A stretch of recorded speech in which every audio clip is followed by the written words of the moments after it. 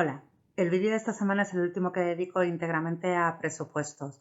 Nos quedaba por comentar el capítulo de ingresos. Quizás debería haberos empezado por hablar del capítulo de ingresos, porque cuando me puse a elaborar el presupuesto, cuando se elabora un presupuesto de cualquier administración pública, lo primero que hay que presupuestar, lo primero que hay que prever son cuáles van a ser los ingresos de esa administración pública.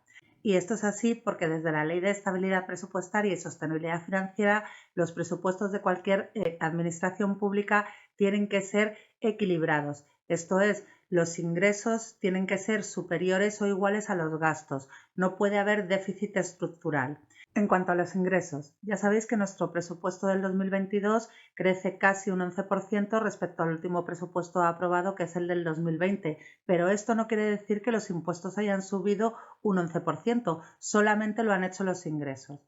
Me gustaría comentaros un poco cómo son los ingresos de casi cualquier administración local, pero en este caso en especial del Ayuntamiento de Galapagar.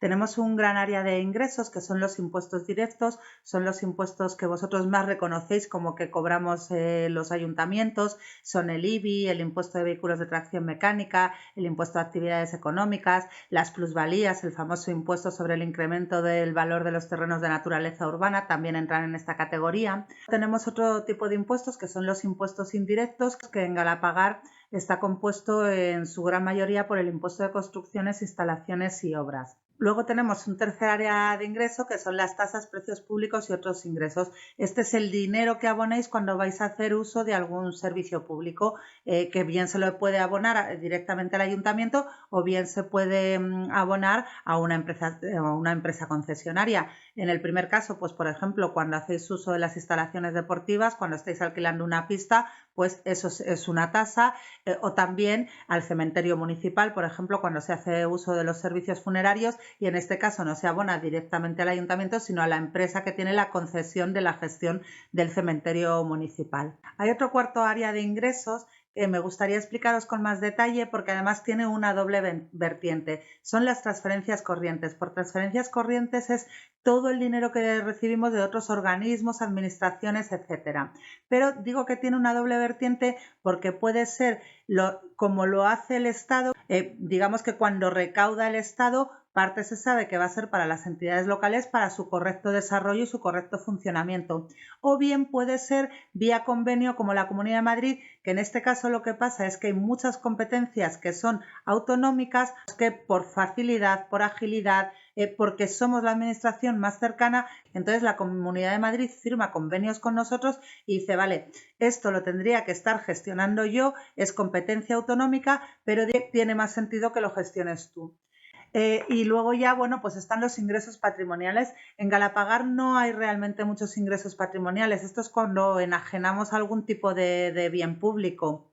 Os puedo poner el ejemplo de la calle Guadarrama, de la Ramás y la zona del mercado, pues ese es un ingreso patrimonial, porque propiamente no es un servicio público, pero sí estás cediendo un espacio público para que se desarrolle una actividad comercial. En este sentido, me gustaría recordar que, por ejemplo, el canon del Parking del Caño se recibió en un único pago de 2 millones de euros en el 2006, entonces no entra como ingreso patrimonial. Nosotros ahora mismo el ingreso patrimonial por el parking de la Plaza del Caño es cero. Hay 5 grandes impuestos en el Ayuntamiento de Galapagar que prácticamente suponen el 90% del total de los ingresos. Y este no es otro que el IBI, el impuesto de bienes inmuebles, de los bienes inmuebles de naturaleza urbana. Luego tenemos la participación en los ingresos del Estado, que este año ha crecido un poco, no porque hayan decidido que participemos más, sino porque hubo un tema con el IVA, teníamos ahí algunas compensaciones pendientes y bueno, este año el Estado ha decidido a abonar esas compensaciones. Luego tenemos las plusvalías. En las plusvalías, la verdad, para presupuestar he intentado ser muy cauta. Nos encontramos en un momento de mucho cambio. La verdad es que el mercado inmobiliario estaba subiendo, lo cual hacía prever una recaudación por plusvalías un poquito superior. Pues con la reciente sentencia del Tribunal Constitucional, tenemos que ajustar unos coeficientes. La verdad es que el escenario es un poco desconocido y no tan solo no lo hemos presupuestado en lo mismo que teníamos en el 2020, sino que además he preferido rebajar un poco ese importe y ser un poco cautos, aunque habrá que revisar cómo se va desenvolviendo la recaudación del impuesto. Ya veis, cinco grandes impuestos que prácticamente suponen el 90% de nuestros ingresos. Así quedarían los ingresos del 2022. Como veis, de impuestos directos recibimos 15.700.000 euros y de esos 15.700.000 euros el IBI de naturaleza urbana supone el 73%. He de comentaros que el IBI se ha mantenido estable en el tiempo, tiene un tipo impositivo del 0,57, pero lo que sí va variando con el tiempo es el valor catastral, sobre qué importe aplicas ese tipo impositivo del 0,57%. Hay revisiones catastrales para adaptar lo que valen nuestros inmuebles a la realidad del mercado y como sería muy traumático que de repente se pagara, pues si tú tienes a lo mejor una casa que cuesta 50 y ha pasado a costar 100, que se pagara en el primer año todo ese impuesto, lo que se hace es que esa diferencia se reparte a lo largo de 10 años. Estamos en el 10º año de la última revisión catastral que tuvimos, con lo cual, como hemos mantenido el tipo estable, posiblemente veáis un poquito incrementado vuestro recibo del IBI, pero no quiere decir que ha subido el IBI. De hecho, al año que viene ya sabéis que sí tenemos una baja de tipo impositivo y sí será en el 2023 cuando notéis que se bajan los impuestos. El segundo gran área de ingreso, que son las transferencias corrientes, aquí tenéis cómo se desglosa. El 82% es participación en los ingresos del Estado, que, insisto, es porque digamos que los ayuntamientos tenemos tutelada nuestra financiación. El Estado recauda para nuestro sostenimiento. Y luego están los distintos convenios con la Comunidad de Madrid. El convenio de la BESCAM es un convenio para apoyar el sueldo y salario de los policías locales. Lo vienen recortando desde hace unos cuantos años. También tenemos el convenio de las escuelas infantiles. Las escuelas infantiles es competencia de la Comunidad de Madrid, pero nos apoyan con dinero y las gestionamos nosotros. El convenio de servicios sociales, este sí es un convenio un poco más complejo. Aquí sí está desglosado por áreas que debes gastar en emergencia social, en ayuda a suministros, en dependencia y además en todos estos convenios se me ha olvidado comentaros que la Comunidad de Madrid obliga a que el ayuntamiento también financie cierta parte. En el programa del convenio de servicios sociales muchas de las actuaciones las tenemos que financiar a un 50% con la Comunidad de Madrid. Ya me habréis oído decir también que este convenio nos ha bajado la cantidad que vamos a recibir por este convenio.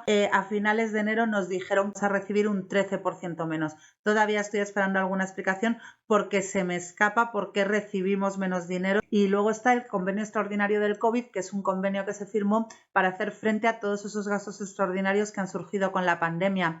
Pues, por ejemplo, la limpieza extraordinaria de los colegios. El siguiente área de ingresos que podemos ver son las tasas, precios públicos y otros ingresos. Tenemos pues grandes tasas que cubren prácticamente la totalidad de este epígrafe.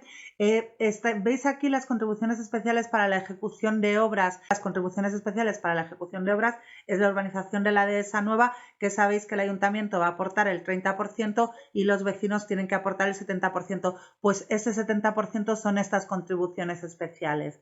Pero como os digo, es un hecho muy puntual de los presupuestos de este año. A mí me gusta más que veáis cómo suelen ser los ingresos que recibimos por tasas en el Ayuntamiento de Galapagar.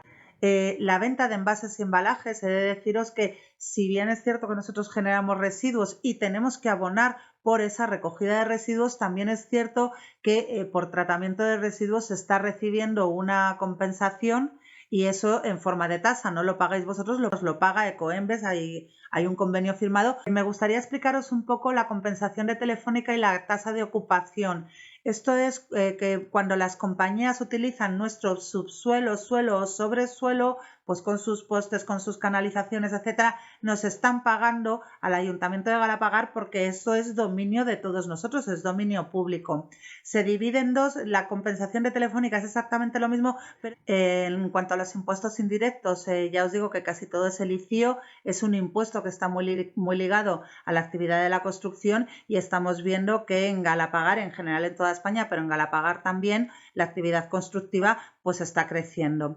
Y aquí lo que hemos hecho para presupuestarlo ha sido tener en cuenta que el año 2021 hubo 2 o 3 actuaciones urbanísticas potentes, importantes, y que creo que no es muy fácil que se repita para el año 2022. Es un impuesto que realmente, si hubiéramos proyectado los ingresos del 2021 sobre el 2022, estaría multiplicado casi por 2. Pero yo os digo que es que para hacer un presupuesto conviene saber en qué escenario nos vamos a mover. Y los ingresos patrimoniales, os comentaba, apenas recibimos ingresos patrimoniales.